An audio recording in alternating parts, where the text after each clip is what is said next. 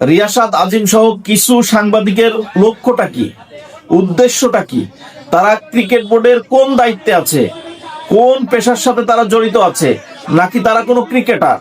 তারা কেন এমন করছে? তাদের উদ্দেশ্য কি? তারা কেন?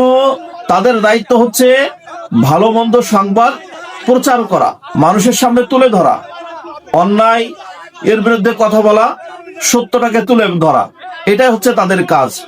কিন্তু যখন ক্রিকেট নিয়ে এদেশের ক্রিকেট ভক্তরা কথা বলছে, তখন এই সকল দালাল, এই সকল টুকাই সাংবাদিকের গায়ে কেন আগুন ধরছে?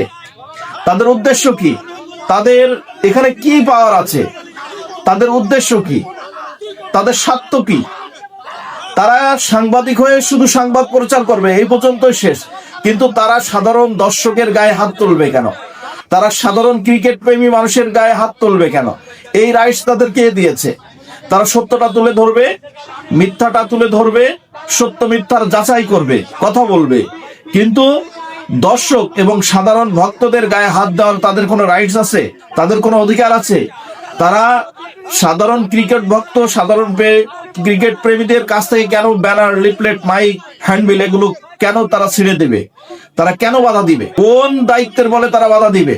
কোন উদ্দেশ্যে তারা তাদের সাথে গায়ে হাত তুলবে, তাদের সাথে ঝগড়া করবে, তাদেরকে আন্দোলন করতে দিবে না? কি উদ্দেশ্য আছে তাদের? এখনই এদেরকে বয়কট করতে হবে, এখনই এদেরকে সমাজ থেকে চুড়ে ফেলতে হবে। এরা হচ্ছে সমাজের কীট। ক্রিকেট মানুষের আবেগের জায়গা, ভালোবাসার জায়গা।